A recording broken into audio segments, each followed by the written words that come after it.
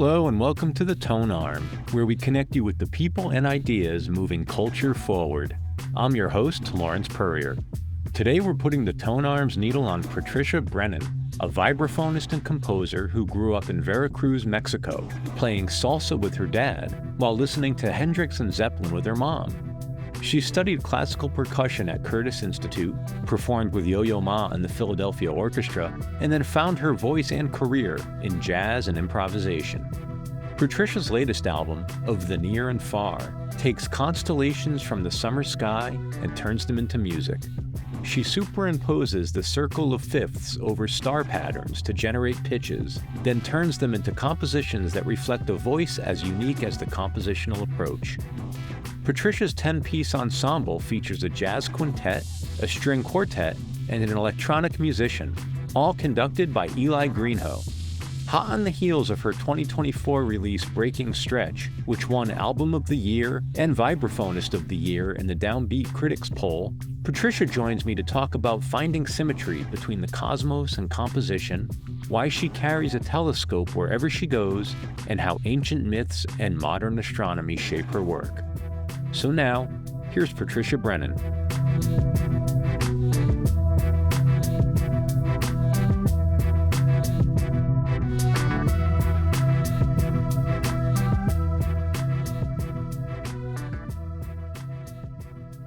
I wanted to start by asking you about the music you were exposed to early in your life. My understanding is that your parents both had a lot of music in their lives, but it was different music that they were listening to and playing. And I'm curious if you could tell me about that mix. And were those influences in conversation with each other for you, or were they separate experiences?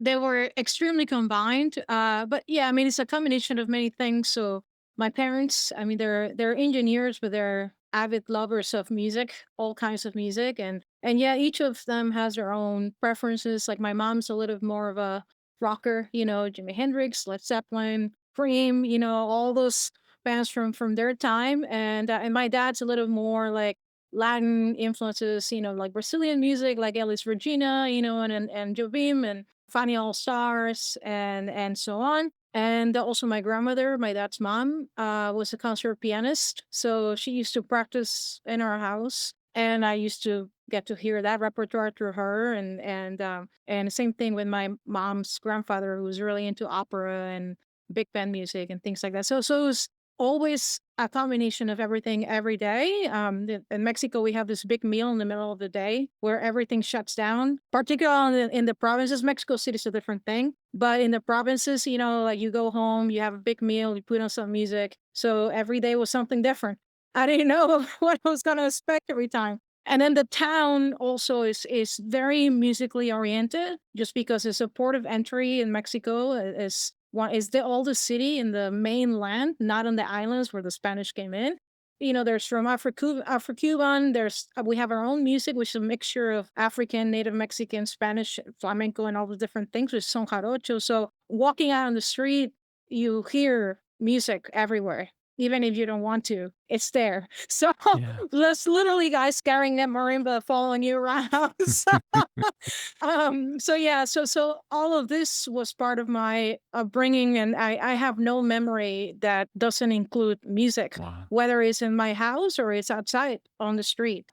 What music drew you in first, or did you identify as like, oh, this is my music? What was your taste initially? I think the first memory was I was attracted to groove music. So all of the music that I kind of define now, even classical music, but mostly like in the town, like son jarocho or salsa or Afro-Cuban, I was just attracted to seeing people dancing to it and the groove, just how it makes you want to move, because I was able to feel that even when I was a kid.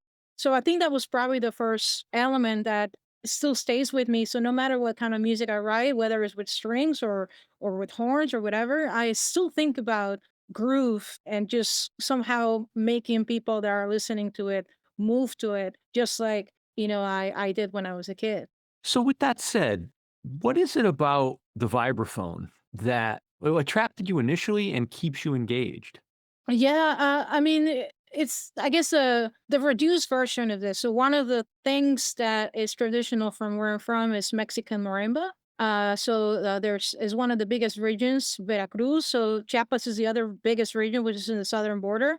So I grew up seeing mallet percussion very young, so I was always attracted to it. And then, when I was at the conservatory and I had to choose another instrument other than piano, I chose percussion because again, I was attracted to groove. I was attracted to drumming, and that was kind of a no brainer for me. So one thing led to another. Where as a classical percussionist, you play classical marimba, you play vibraphone, as part of the curriculum. But I was always attracted to it because it combined both of the things that I love: piano, which is the harmony and melody aspect of piano, but also the percussive feel of hitting something that you get from drumming. So vibraphone for me, mild percussion kind of has the best of both worlds. So when I started to go into more jazz education, so I did my master's in jazz, so I had to pick either drum set or vibes. So for me, it was a no brainer to just choose jazz vibraphone, and that's kind of how I ended up where I am now. Yeah, it's amazing that you were able to, you didn't have to choose between just the percussion or just a harmony instrument. So Yeah. yeah, you split the difference. Do you compose at the vibraphone?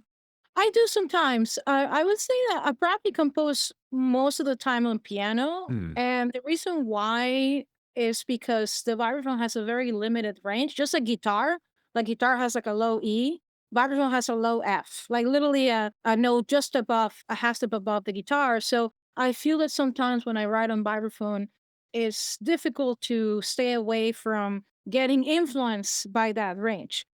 And having said that, I do write sometimes on vibraphone. Like one of my, I have many different systems that I use. One of the systems is sometimes I record myself improvising, and then I transcribe that later on. And sometimes I was like, "Oh, I like this idea, or I like this rhythm that I played, or whatever." So sometimes I do that on vibraphone and I record it, and it's a way of composing on the instrument. But most of the time it's piano, and a lot of the time, sometimes is using different systems, like the newer record. I devised this whole system and just getting raw material that way. And then a lot of the times that's all I need to kind of get started and just kind of do it away from any instrument, just kind of hearing the ideas, or just in my computer or my writing system that I use. So yeah, it's different kinds of things. So I guess mostly piano, sometimes vibraphone. Before I get deeply into the new record with you, I had a couple of other sort of foundational questions I wanted to ask you. And I'm curious about your time or your experience with the Youth Orchestra of the Americas. A couple of things about that. I'm really curious as to your experience with the people that you toured with. I mean, it must have been pretty amazing. But I'm also interested in the role that that experience played for you. Was it a before and after type thing, or did it help sharpen how you thought about what you wanted out of your life in music? Just curious about the impact it had on you. Yeah, I mean, it was definitely impactful because for the first time, well, first of all, I was 17 years old the first time I did it, and we toured for basically 3 months. The first month we will be in some kind of residency, getting all the repertoire together, getting the whole orchestra to know each other. The first year we did it in Boston. So that experience already, like, I never really left my house before that. So just life wise, being away from my parents for 3 months and then being on my own with other, young musicians in Boston, it was awesome. It was a great experience, just socially, and just like in that time in my life musically. This orchestra technically put together the best musicians in the continent, so it was an incredibly high level orchestra that I've never experienced that before until that moment. And then that was something that I still to this day I get chills just thinking about that. I think we were playing Mahler 1 Symphony Number 1 for first time I did this, and there's an eerie sound to the beginning of the first movement. I still can't forget the feeling of just having a really good high level orchestra play this. And it's just when the music transcends the page, it transcends, just the theoretical. Yeah. So that was something that was super impactful for me to kind of have that experience of a really high level music making, which I never really had to that level before. So that's something that really marked me in a way to set a standard for always somehow try to achieve that experience, not only as a performer, but also for the listener. So that was one of the things that I took from that long term. And of course, just being surrounded, like my first year, Dudamel, Gustavo Dudamel, who's now coming here to the New York Phil, he was a young conductor, and it was super inspiring to see somebody like that, has so much energy and just really just love music so much. Everybody there was there for the music, nothing else. And that's a message that still try to remind myself, because as we get older and get more involved in the business of music, sometimes it's harder to keep an eye on the ball in a sense. Sure. Where it is at the end of the day, it's about the music, it's about our connection as a performer, as an interpreter, and also how well can we convey a message to the listener. And what about your shift from sort of that precision that's involved in orchestral work to the more openness of improvised music? What was it you needed to get from improvisation that you weren't finding in the classical world? I think this is a really good question. Everything really started because I mean, I always had an itch for improvisation. And back home, the marimba music, Cuban son, danzón, which I used to play in bands informally, there is improvisation involved. At the time, I was like, okay, it's time to kind of take a solo on whatever instrument I was playing. I wasn't really thinking, oh, this is jazz or this is something separate. It was just, to me, it was just part of the music. Before I moved to the States, I got this orchestra job, which I think this had a lot to do with it too. My position was fifth percussionist, assistant timpanist. And for those people that know what that means, it's huge because basically I'm the last percussionist on the line that plays whatever is left, like all the toys like triangle, cymbal, mallet parts when we have mallet parts, which is rare, especially in the type of programming that orchestras do. So a lot of the times I was just sitting around, counting mixtures. And unless the timpani player will give me a chance to play timpani that week or something, so I started to really struggle with feelings of like, this is not what that music making feeling that I was explaining earlier, that connection to music, this is not exactly what I thought this was going to be. And I was starting to struggle with my feelings of what it really meant to be a musician and to express yourself through music. So I still always wanted to write my own music. I also wanted to pursue a solo career in a parallel manner to my orchestra job, but then eventually realized this is not gonna be possible. And so I got a chance to come to the States and be able to quit that job. And to me, that was just the opportunity. Okay, now this is it to pursue a way of performing that I thought would allow me to express myself a little bit more in a more personal way than sitting there in the back of the orchestra counting measures. So part of it was writing my own music, improvising, and a lot of it came from a classical marimbist. Her name is Keiko Abe. So Japanese marimbist who basically changed the world of classical music, of classical marimba, where she's the one, it's because of her that the marimba now has 5 octaves or more. She's the one that designed that instrument in the 50s, I believe. She also worked with composers like Toru Takemitsu, Minoru Miki, and so on to write repertoire, like formal repertoire for the instrument. She was one of the first soloists that could play with an orchestra as a solo marimbist, just like violinists do. So she had this huge impact in the instrument. And one of the main things that she does is she writes her own music and she improvises her own language Wow. during her concerts. So for me, I was like, I want to be like her. And so that was when I moved to the States. That was the initial dream. It was just to be another person that did solo marimba concerts and improvise and wrote her own music. But then, one thing led to another where I just met a jazz musician and I was like, well, he does that. He improvises, he writes his own music. So I'm going to start studying with this person. And then one thing led to another. But so I think I struggled a lot for many years I used to see things black and white. Like classical music is lack of freedom, etc. Improvised music is full freedom, but eventually started to see more of the common denominators between both. And also in the school that was in Philadelphia when I moved to the States, there were a lot of classical musicians that kind of retaught me that classical music doesn't have to necessarily be play by numbers type of situation. There were a lot of musicians that were incredibly creative that will improvise in the style of classical composers, and so they were improvisers in their own way, in the Baroque style, in classical style, and so on. So I started to see sort of those parallels between both styles of music or genres. So nowadays, I think especially I continue to find more connections, especially with my last record, where there is more common denominators than we think, But I think, in my case, just because of the nature of that percussionist job, I didn't see it at the time until much later.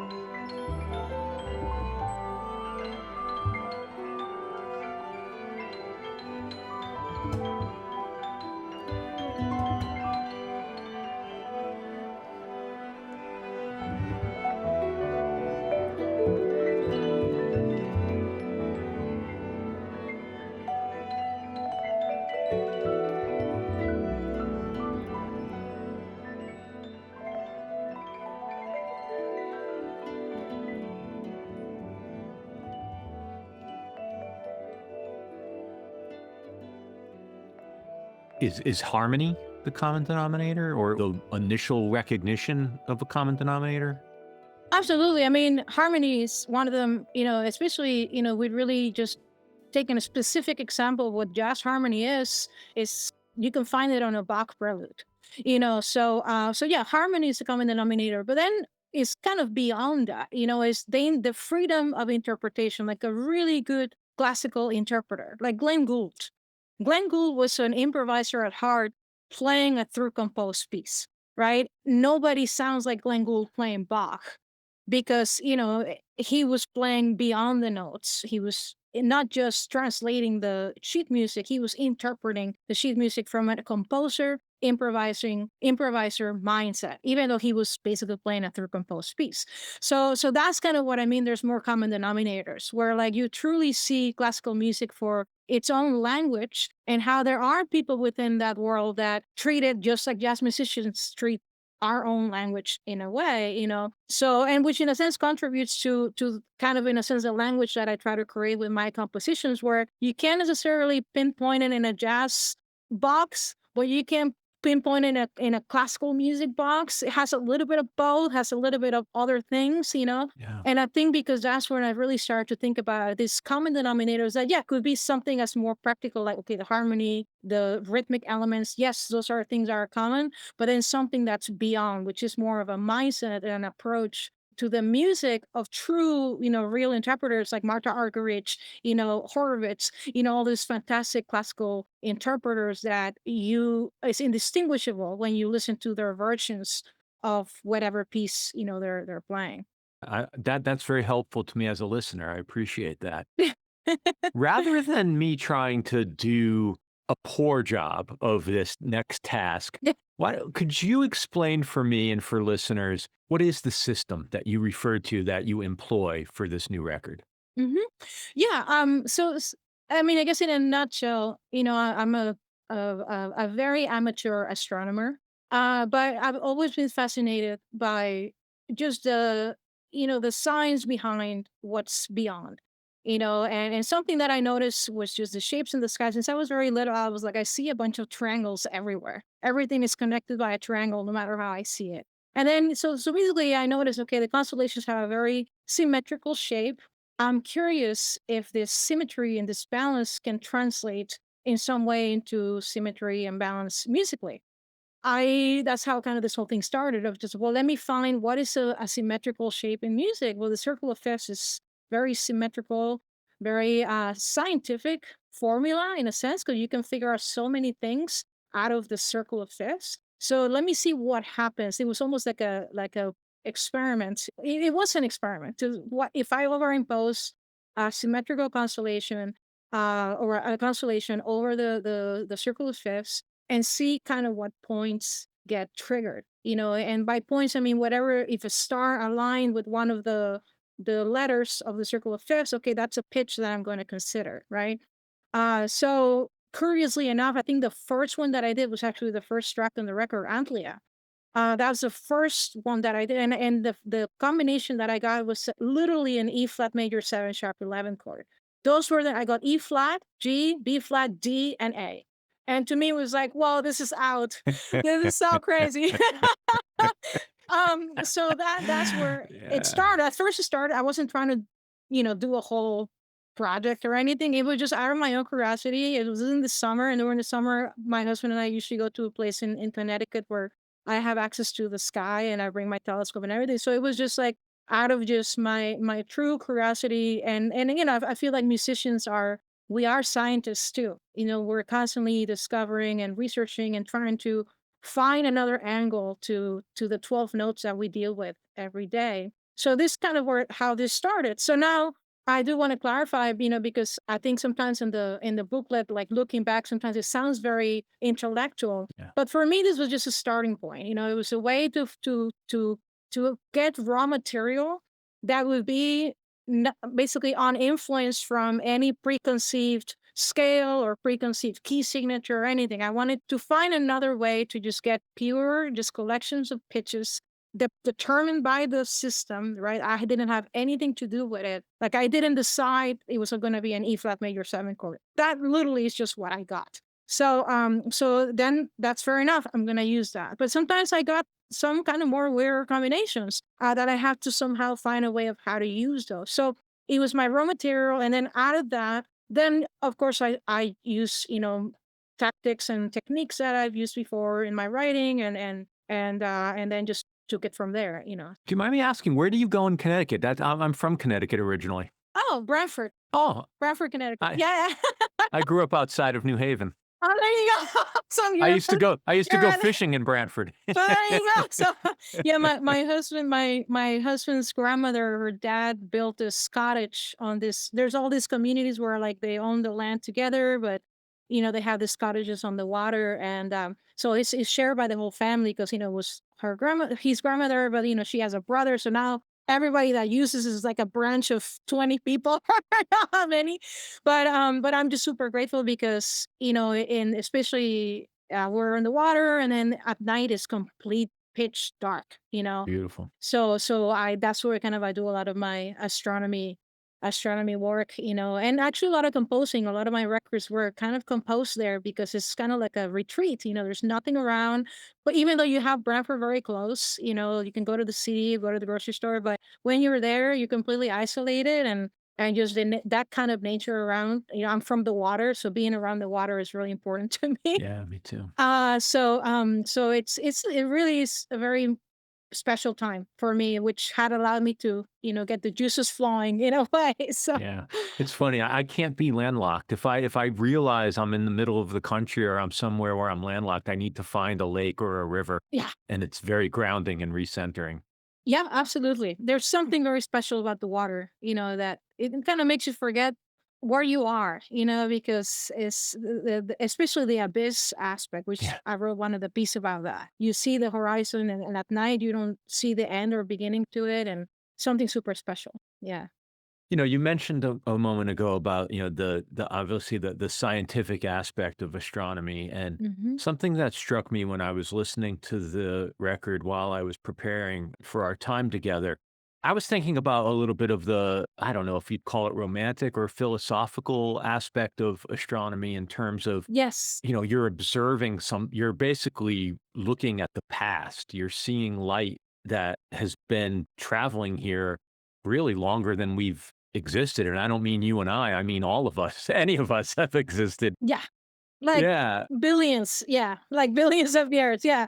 I mean, that is one of my favorite things, which is a time machine. Time machine. And it just like looking through the lens. I think this past summer, for the first time, I was able to actually see the Andromeda galaxy, like quote unquote, clearly, because you see it as a smudge of gas. That's actually is all those pictures you see online is a different thing. But regardless of that, to me it was like, oh my God, like I'm seeing something that happened many, many, many, many years ago now. from this spot where I am standing on our planet. So to me, that's one of the wildest things of which is kind of what is the itch that wants, makes me want to keep doing it, and I want to keep observing. And because it's almost, yeah, it's a glimpse into the past. And I get to travel in that time machine whenever I look through the lens. So it's a really amazing experience. It's interesting, Patricia, because I talk a lot both on this podcast and with my friends about the time machine aspect of music. I like to tell people, oh, I have a time machine. I have 1,000 of them. I go downstairs and pull one off the shelf, and Yeah. and all of my records are time machines. Yeah. And it seems you've found one as well. And I'm curious about if it's not too much to ask, if it's not too abstract, how do you connect sort of the temporal dimensions of astronomy and music? Or to maybe simplify the question, could you talk a little bit about those symmetries between astronomy and music? I mean, I think you found some of those in the math of it, I guess, but I'd love to hear you talk about that a little more. Yeah, I mean, there's definitely the scientific part of it, which is, what I got from designing the system, the exact science behind the universe, and at the end, I think of math a lot. This is another thing that I use a lot for writing music. My parents are both engineers, so math was always a way to explain almost everything. Especially my parents will always be like, "You can explain everything with math." And also sometimes have to create new math to explain something that we can't explain yet. So I was always fascinated by that concept, and even like just, like the history of our place in the space, that in order to calculate, the landing point on the moon, like we have to do some serious math equations behind it to make sure that it's the right place, or coming back home to make sure that they land in the Bahamas and not some other place and on Earth. So to me, that's super important. And so the universe is an extension of that, where everything can be explained down to numbers. That is one aspect, because obviously there's a philosophical, like you were mentioning, there's the esoterical aspect of the universe. Now you were talking about the connection of the universe and the music, or astronomy and music. Numbers to me are the key common denominator. It's all rhythm. Numbers is rhythm to me, and a lot of the rhythmic structures in my pieces and my compositions come from numerical combinations, right? I mean, time in rhythm and time in music is basically we're measuring in an exact manner sound in space, right? So we design, it's a system that we design to be able to design, to measure the length of a sound in space. So how is that different, from thinking as an astrophysicist, to measuring sound in space? Literally the same thing, So I think there are those common denominators that again are scientific, right? Another thing that comes to mind, that I was always really into is, very, very back in the day, math, geometry, music, and astronomy used to be taught together because there are all those, common denominators within them, Yeah. pitch in music, not just rhythm, pitch in music could also be measured. I mean, there are those esoterical things. I remember taking a class in my master's that was called psychology of music, because I was always like attracted to the idea as to why do we feel sad every time we hear a minor chord? Why do we make that connection, right? Yes, there is almost like the placebo effect, where like we were not placebo, but like the Pavlovian effect, where like we are so used to seeing a sad scene in a movie that comes with a sad sound. So immediately we make that connection, right? Or a sad love song is in a minor key. Immediately we make that connection. But I started to kind of dig down into that too, where it really comes down to the frequencies of each note and how that those frequencies resonate with our body. And those feelings that we get, it has not all of it, but some of it, the scientific aspect, has to do with that resonance, that particular hertz frequency that that pitch or that combination of pitches has. And this has been, you see some musicians like creating their own systems that work with those resonance specific and so on. So anyway, I was always really into creating that, in a sense, that scientific explanation as to why, do we feel or think these things in music that usually we tend to overlook as, oh, it's just the magic of music, you know. And I'm not saying that magic in music doesn't exist. Absolutely, there is those things that you just can't explain, and there are those things, where you listen to a really, really good song, and you just can't stop listening to it. There are some aspects where I truly we just can't explain that scientifically. I would argue there's lots of those similar things in math as well, though, right? You look at Absolutely. something like the golden ratio or like the way sometimes numbers resolve and work. It's Yeah. like, How do you explain that? No idea. How do you find the golden ratio on basically everything in the universe? That is one of those things that, oh my God, this is wild. I this is something beyond us that we can't explain. So absolutely, there's those, and that's where the philosophical and theological aspect of music, of astronomy, of just our way of understanding our place in the universe comes into play. So this record kind of has a little bit of both, where I focus on some of the scientific aspects, but also, a song like Aquarius, I was dealing with something personal that in a sense, I imagine could be the emotions that Ganymede was feeling when he was, kidnapped by Zeus and basically was destined for eternity to serve the gods. I was trying to connect to that feeling of kind of, you feel impotence, you feel for like that you can't do anything about it, but then at the same time you still have to stay hopeful, you have to be resilient, and you have to try to see the light at the end of the road. So that piece was kind of embodying those emotions, even though it came from a scientific design of getting pictures from a constellation. So it's a little bit of both, and in how I see music, but also again in this record how I wrote those pieces. I'm sure I'm not the first one to point this out to you, or perhaps you've realized this for yourself, but it's really fascinating to observe the manifestation you are of not only like your parental influences and all that other music, Mm. but the engineering and the artistic sides. Like it's kind of fascinating to talk to you through that lens of like you're all those things. Yeah, I mean, and I think that's something I was talking to somebody, the other day, where I mean, music is a vehicle of expression. And what am I trying to express? I'm trying to express my perception of the world, my experience, but also I'm trying to use it as a method to figure some things out. That could be personal, that could be questions that I have about the world, and music, that's what music is to me. So the engineering, the science, all that stuff is part of who I am. So to me, it would be almost unnatural to not reflect those things in my music. The tone arm will be right back after this break. After listening to this episode, head to thetonearm.com, our online journal covering unexpected music and culture. Here's just a few of the artists recently profiled by the Tonearm's team of writers. Female doom metal trio Faytooth, experimenting minimalists Arnold Dreiblatt and Horse Lords, cellist and field recordist Leah Cole, Southern U.S. exploring electroacoustic composer Weston Olenki, and emotion-rich singer-songwriter Prune. You'll find all this and more on the Tonearm. And while you're there, be sure to subscribe to our email newsletter. That's thetonearm.com. The Tonearm, putting a needle on the cultural wax. And now, back to the tone arm.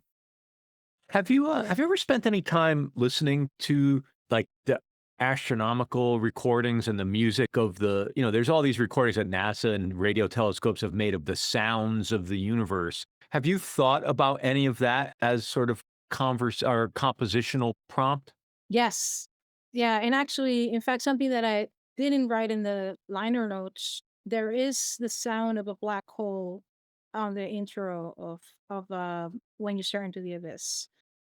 I think the first time I got fascinated with this was when I watched the movie Contact, Yeah. which is like, I mean, and later on, you learn more that there's all these things that are totally not exactly right. Like, you don't just put headphones and listen to the universe, because there's no sound in the universe, and you have to find a way to translate those radio waves into sound in some way, and it doesn't really translate the way the movie says. But I thought the movie was still awesome, and that's kind of, one of the things that I was fascinated by. How does the universe sound like? So that's a YouTube rabbit hole that I tend to go pretty often. So I understand. I yeah. understand. Contact is Oh one my of my god. partner's favorite movies, and we were just talking about how we haven't watched it in a while. We'll probably have to watch it this fall. Yeah. I try to watch it probably every year once because it's so I good. think she does It's too. so I good. think she does too. I'm that way with Close Encounters. I watch that film every year. That's good. That's really good too. Yeah, yeah. Tell me a little bit about some of the influences in this music that might not be obvious to all listeners, like Mm. some of the 90, Radiohead, Soundgarden. How do these show up in the music? Is it textural, structural, attitudinal, the energy? Yeah. Tell me about that. I think it's a little bit of all the things that you mentioned. There are some elements. I mean, well, first of all, like Radiohead, I was that kind of became popular. That band became popular in Mexico when I was like about, I think, was it nine, where I was 14 years old. And it's like you're in that time as a teenager where you know everything, you want to kind of be mopey just for the sake of being mopey or something. Radiohead's good for that. Exactly. So Radiohead was perfect. It was kind of like the soundtrack of a period of my life, But there was something just like, I don't know, like existential about listening to that music where it will arise those questions of who I am, what am I doing here? Where am I going? What's my purpose in life? And so on. So I think I used to like to also listen to it because it will trigger sort of those questions within me. So there is the esoterical aspect of the influence of that music, but there are some more, I guess, compositional elements, like for example, songs like No Surprises that has this vibe where like you're riding along the highway and there's no beginning, there's no end, and it's kind of in a sense a compositional technique in a way, but during that ride, there's all these elements that keep you engaged through the whole song. So I was always attracted to how they were able to do that, with very simple elements in a way, like if you were to isolate just the keyboard part or just a drum beat, where maybe it was the same drum beat the whole song, So how do they keep people engaged, in their music? So that those are the kind of things that, for example, a song like Aquarius Yeah. kind of has that vibe where you start already on the road and you end, the road just ends, but the song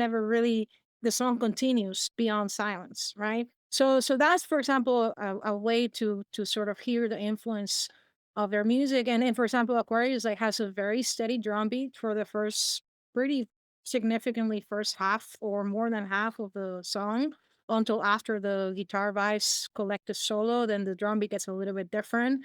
And then it comes back to the original drum beat, but it's a very simple form in a sense. Also, harmonically, it's all triads, it's like G minor, E flat, and so on. However, the melody is different, is what makes it a little more complex. Harmonically speaking, the melody I was thinking of, I guess, technically speaking, is upper structures Oh. that change the color of a triad. So, for example, you have a G minor triad, so that if you play a G minor triad on its own, it has a sound, a feeling to it.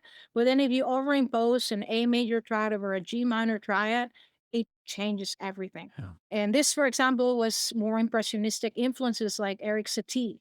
And literally, what I just explained now, there's a piece called Nocian #1, where he literally uses that concept, a minor triad, and then the overimposition of a major triad above of the second note of that scale. Mm. And I remember, like, it just sounds so eerie and sounds so painful, but yet sad, but yet hopeful. It's like this really weird combination of emotions by overimposing that sound. So that song, in a sense, there's just simple elements, kind of like I was saying with Radiohead. They managed to add little things here and there that are complex enough, either structurally or harmonically or whatever, to make it interesting. So that was another way of making that connection from a compositional point of view.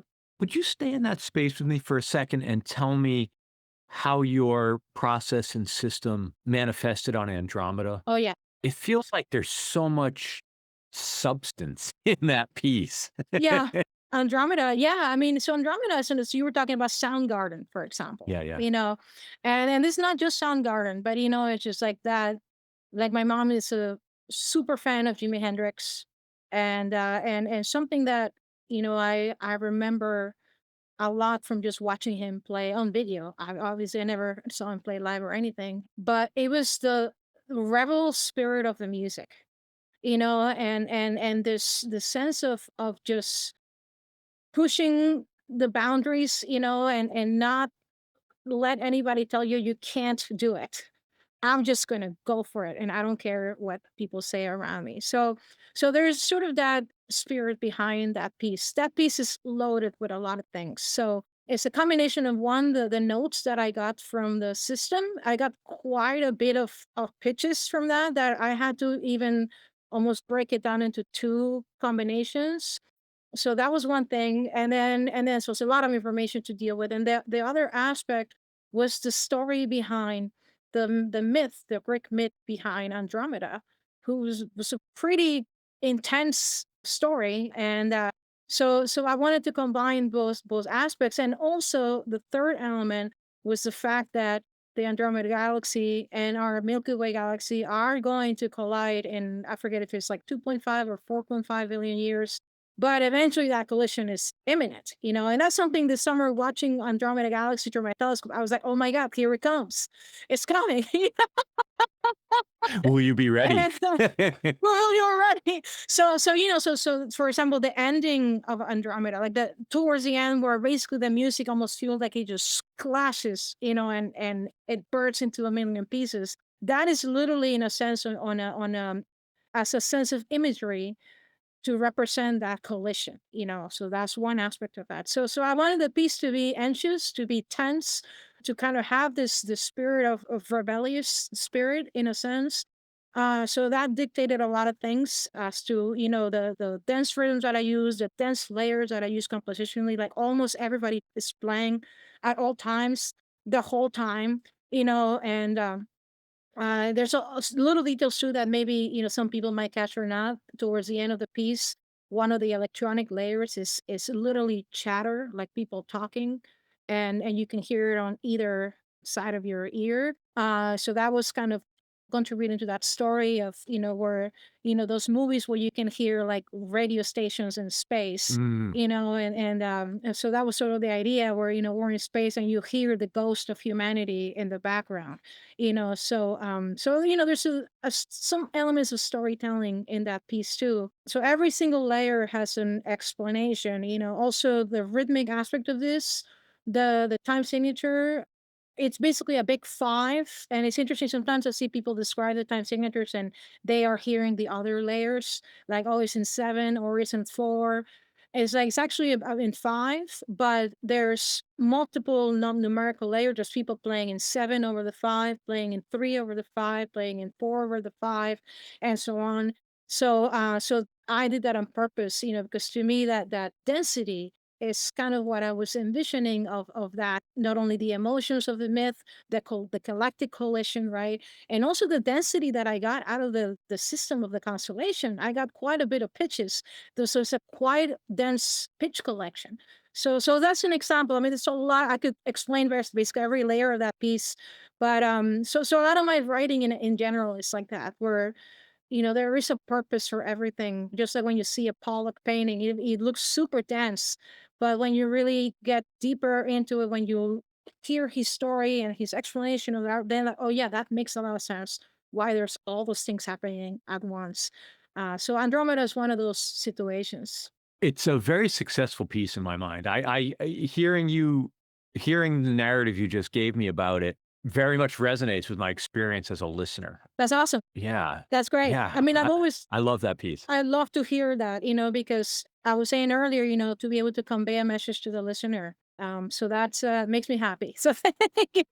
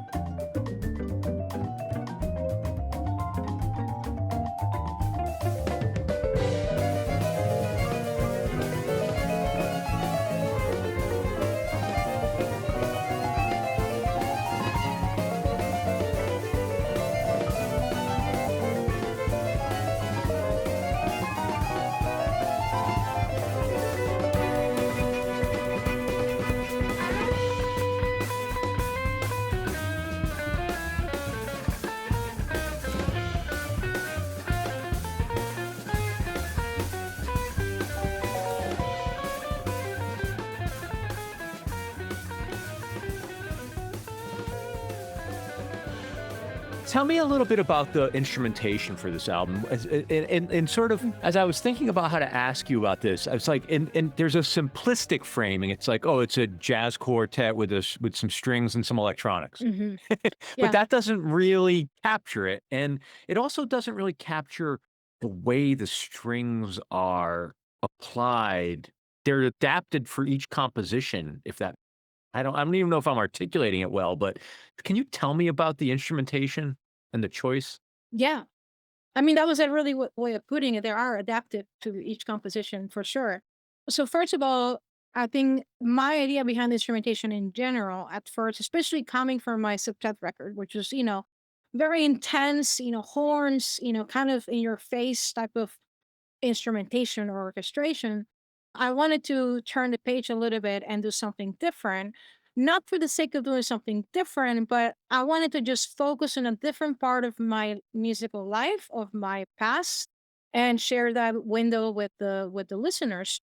This whole record, in a sense, the essence is inspired by my time as a classical percussionist, and just kind of giving a nod to all those composers that I used to play their pieces, like Yanis Xenakis, like Stockhausen, like Edgar Varese, like, and then later on, like David Lang from Bang on a Can, and so on. Keiko Abe, even, the person I mentioned earlier. So there's this Steve Mackey, there's all this new music kind of composers, that are still out there, a lot of them right now writing music and their music being played. So I wanted to connect to a type of instrumentation that is kind of more common in those circles, right? So for example, like Steve Mackey, like some of his compositions, they use electric guitar, they use vibraphone, they use strings, or the electronic aspect, using electronics in a very active way, not just for my gear, for my pedals, but also actually having an electronic musician being involved. And that comes from the Stockhausen electronic pieces or Edgar Varese electronic pieces, that I was influenced as a percussionist. Philip Glass and John Cage, those are other big ones. So that's kind of how the instrumentation. I was okay, piano, guitar, drums, but also the drums are an interesting chair because I didn't just ask a drummer. I asked a drummer with a percussionist background, who's John Hollenbeck. And I worked with John Hollenbeck for many, many years, and he was also a classical percussionist, so he knew about Steve Reich, he knew about Philip Glass, and you can hear also some of that influences in his music. So for me, he was a no-brainer that he should be the drummer for this project because he can access both the jazz tradition, but also he knows exactly what I'm trying to do here as far as those new music classical composers, particularly for percussion. Right. So that's kind of how the instrumentation, in a sense, was said. And now the string quartet, and I really appreciate that you mentioned that because I didn't want to do the thing where the string quartet is just an addendum. They're just doubling the things that the quintet does, right? They're just doubling the melody, or they're just comping or whatever, where like you can take the string quartet and you can still play the music. I didn't want to do that. I want to really treat the 10 people as indispensable elements of the compositional fabric. So not only the quartet is indispensable to each of those pieces, where like if you take the quartet away, for example, Aquarius, the water is gone. There is the water in that piece, and for example, getting into more detail, the works for string quartet by Philip Glass were hugely influential for me when I wrote their role in this music, because it's more about creating a texture out of the four string instruments rather than the traditional way where you have the viola and the cello playing more of a bass part, the violins playing more of a melody. It wasn't really coming from that place, but that was adapted to that composition specifically because I do use the melodic aspects in lyra, for example. That's a whole different approach to how to use the strings. So anyway, so sometimes even in Antlia, each string member becomes a separate instrumentalist in the composition. Yeah. So they become another drummer. The strings kind of have two roles: adding to the rhythmic fabric, which is mostly violin one and two, and then viola and cello are adding to the electronic palette. So I wrote for them in a way where if you don't pay attention, it might almost sound like an electronic layer, but it's the viola and the cello playing their pattern. And sometimes I break them up completely. Sometimes they're all doing one of those roles. So I was paying a lot of close attention as to how to use the strings in a way that they will help me create this fabric or this density sometimes, or whatever concept, like again in Antlia, that machine working and having all those little tiny pieces contributing to the function of that machine. So now I have 10 pieces to deal with. So that to me from the beginning was clear that I wanted to use the strings in that manner. But that is also how some of these new music composers utilize the strings. It's not a separate thing. There's sometimes two string players in the ensemble, and then each of them are treated as such, as individual layers of the composition. So that also comes influenced by the concept behind this whole project. How do you know when to give yourself leeway with the system? Because I would imagine there's times where the system needs help, like it doesn't lead Oh yeah, right to the finished product. yeah. How do you is it just it's a starting point and you use whatever it gives you, or do you struggle with adapting the system? Yeah, I think a lot of the times it was a starting point. But for example, Antlia, the first track of the record, the whole piece is based on that one E flat major 7 sharp 11 chord. That's it. That's the only harmony that I'm using there, technically. But, by using other tactics, because sometimes you can be in one key center, you can be in one chord, but you can mess around with what I call gravitational centers within the chord. Overtones, yeah. Overtones, but also even fundamental tones where, like, maybe instead of always gravitating towards E flat, where like my melodies are always leading towards that downbeat, towards that harmonic downbeat, maybe I'm going to gravitate towards the D. Maybe I'm going to gravitate towards the A or the B flat. And it changes the perception, that it creates a solution that we're changing the harmony when we're not changing the harmony. Mm, So that piece does a lot of that, where you do feel a harmonic movement, but it's still the same chord. I love that. And then the way I wrote the melody too is kind of using sort of that spectrum. Yeah, you were talking harmonics, but also even just the upper structure spectrum, where I think the melody's kind of thinking more in G minor, B flat, major 7. But even though the foundation is still that E flat chord, the bass is constantly playing a G, and variations of that. So it's not the default, oh, we're in E flat, so I'm going to give the bass player an E flat. So I mess around with that in that manner where, it's almost like deconstructing it in a way. But in that case, like you were saying, I made a conscious choice. I'm just going to limit myself to this chord. And then because of that limitation, I was forced to come up with other ways to create, nuance in the composition, which a lot of it is rhythmic nuance, but then a lot of it harmonic and melodically. It's like seeing this one chord like in a prismatic way. So that's an example of really kind of adhering to the system.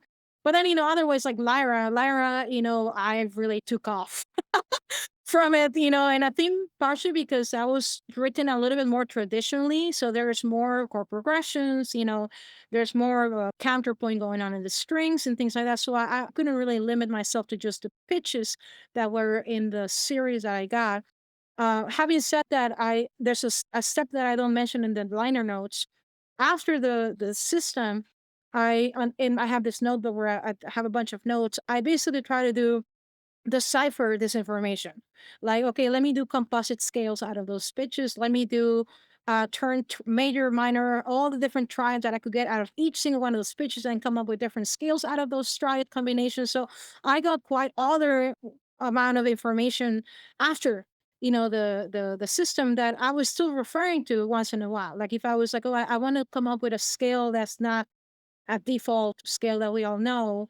I came up with, I saw this in the Lyra constellation. Let me use that a little bit and then tweak it. So it's a combination of both of the things that you mentioned. Sometimes I take off a little bit more than other times. And sometimes I made a conscious decision of I'm going to stick with it, but I'm going to use other elements to have freedom within that restriction and so on. I know our time together is just about out. I wanted to ask you two other quick things, if I may. Breaking Stretch was such a well received, and I mean, and rightly so, it's a terrific record. I mean, everybody was talking about it. Everybody was writing about it. Everybody was nominating it and voting for it. Really a big record. I think of it as, it was just such a big record over the last couple of years. How does that impact you? And how does that, because you don't seem like somebody who was frozen by all that acclaim. You immediately moved into something very ambitious and interesting and Mhm. an evolution. You didn't repeat yourself. Just curious about what's the experience like on the inside of all that sort of adoration, and how does it impact you as a creator? It's I mean, one thing I would say in as a simple response to that, I never I didn't choose this path for that, for the praise or all those things, you know. So that helps me a lot because I'm like with my telescope, I'm always curious about something, and I just want to write about it, and I want to explore it, you know. So for example, that string project is a concept that I had in the back of my mind for quite a while. And I think, after the septet, I was like, well, let me give it a go and see, and then basically kind of turn the page in a way and then keep exploring, keep discovering, keep challenging myself.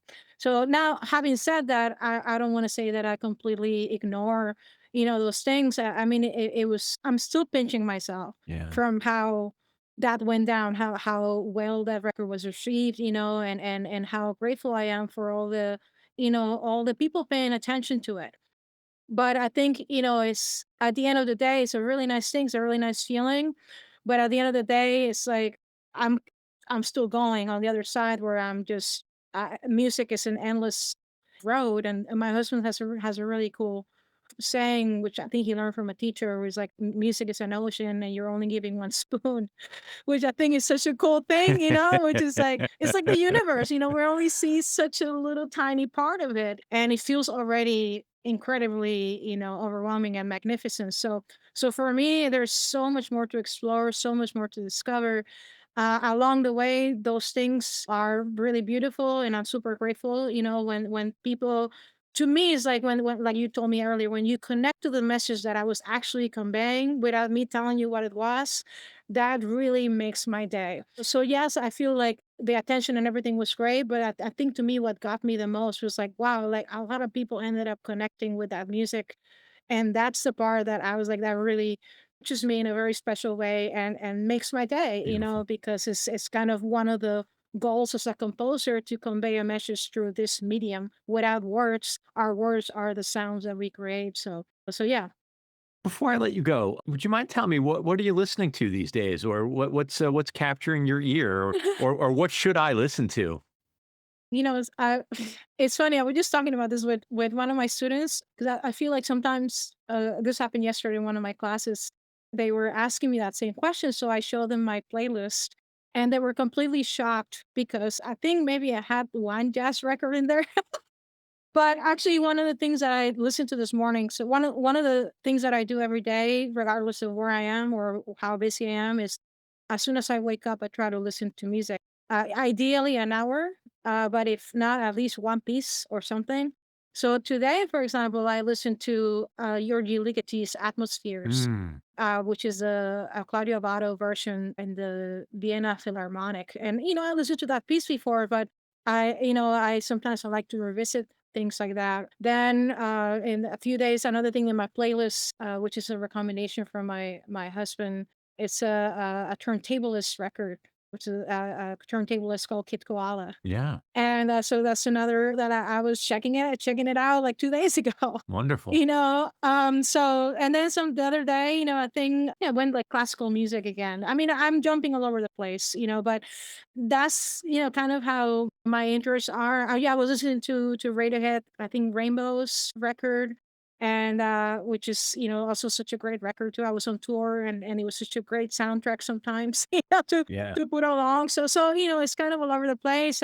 Gratian Moncourt Revolution, that's another thing that I've been revisiting lately, which is one of my favorite composers. Mm, And Bobby Hutcherson is in it, so wonderful. so yeah, so it's kind of all over the place. Selena was the other one. Selena, yeah. But I'm a girl from Mexico that grew up the time of Selena, and Yeah, of course. and Of once in a course. time you gotta put a good cumbia in the background. That's So great. That's great.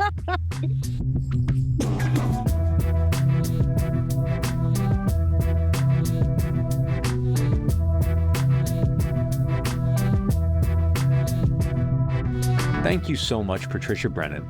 And as always, thank you for tuning into the Tonearm. If you enjoyed this conversation, I'll bet you'll like at least one more from the nearly 300 episodes available in our free archive at thetonearm.com. While you're there, join our mailing list or consider becoming a paid supporter. The Tonearm is executive produced and hosted by me, Lawrence Purrier. We're produced and marketed by Michael Donaldson.